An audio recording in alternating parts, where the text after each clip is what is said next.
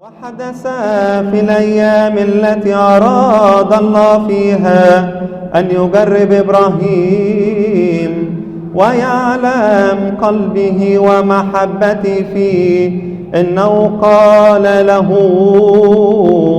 إبراهيم إبراهيم، خذ ابنك الحبيب إسحاق وقدموا لي محرق على الجبل الذي علمك به. فقام إبراهيم باكرا وأسرج دبته وأغث غلامين وإسحاق ابنه، وأخذ سكينا ونارا ومشى على الأرض، فرأى الموضع من بعيد الذي يعلم به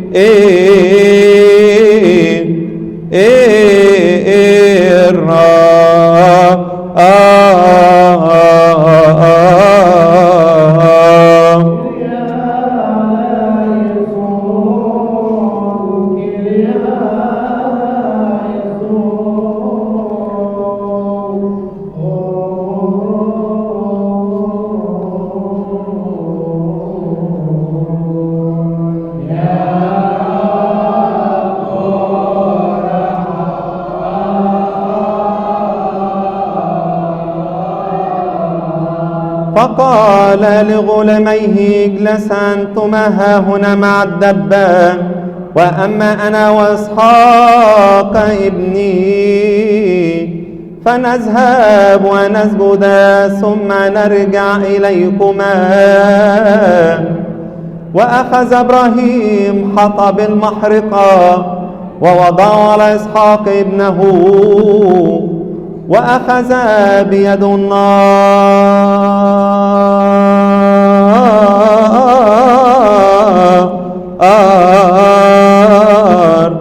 والسكين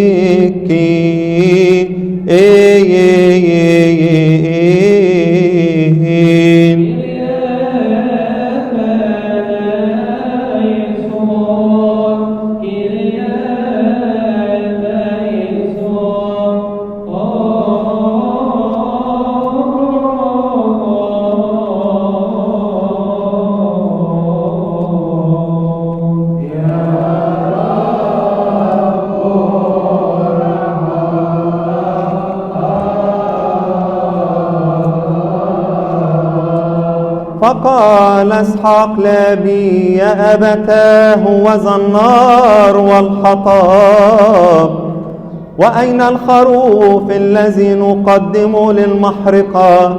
فقال له إبراهيم: إن الله الذي أمرنا أن نقدم له ذبيحة هو يرى حملا له للمحرقة يا ابني. وأخذ إبراهيم حجارة وبنى مذبحا، وأخذ الحطب ورفع على المذبح، وأخذ إسحاق ابنه وربطه ووضعه على المذبح، وأخذ السكين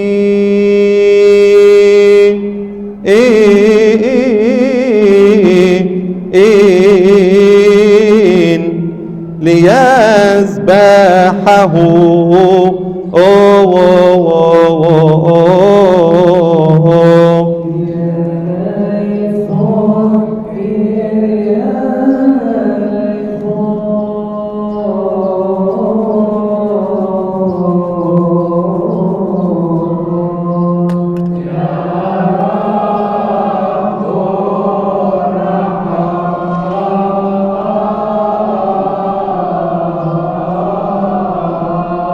ونادى ملاك الرب إبراهيم قائلا: إبراهيم إبراهيم، انظر لا تلمس فتاك ولا تصنع به شرا. لما نظر الرب محبتك فيه قال: إني أنا هو الرب إلهك، أقسمت بذاتي إني بالبركة أباركك، وبالكثرة أكسروا.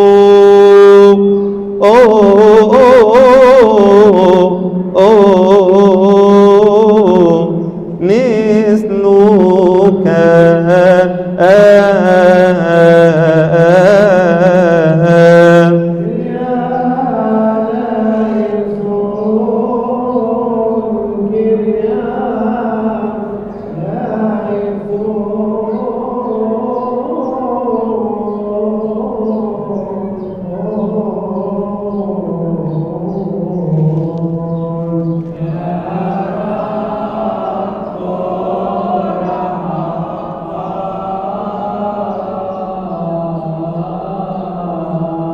فرفع إبراهيم عينيه فنظر خروفا عند الشجرة موثوقا بقرنيه، فترك إسحاق ابنه وأخذ الخروف وصادوا محرقة عوضا عنه،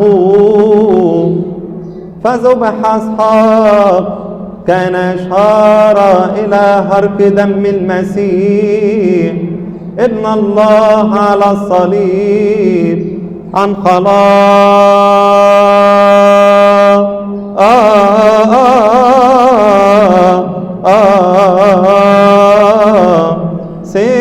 العالم.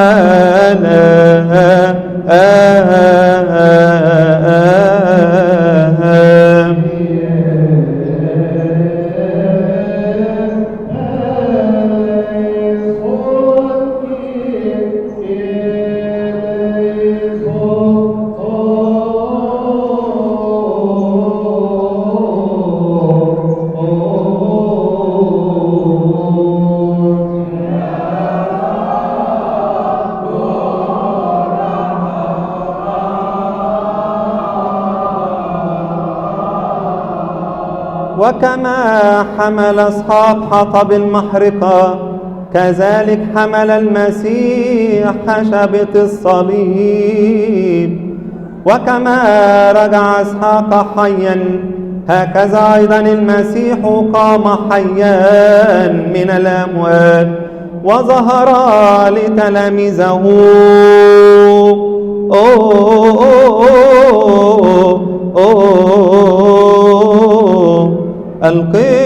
القديسين.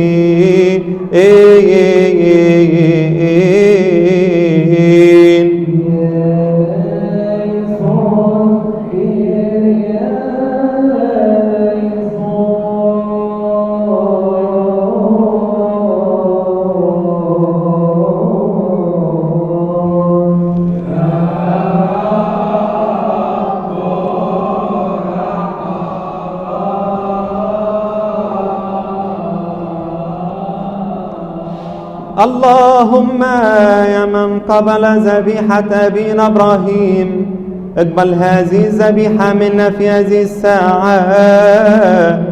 بارك هذه القرابين، بارك الذين قدمت عنهم، نيح نفوس الأموات، فليبارك المسيح على قلوبنا وأرواحنا، لكي بقلب طاهر ونفس مستنيرة وإيمان بلا رياء ومحبة كاملة ورجاء ثابت نجرؤ بدلة بغير خوف أن ندعوك يا الله الآب القدوس الذي في السماوات ونقول: أبانا الذي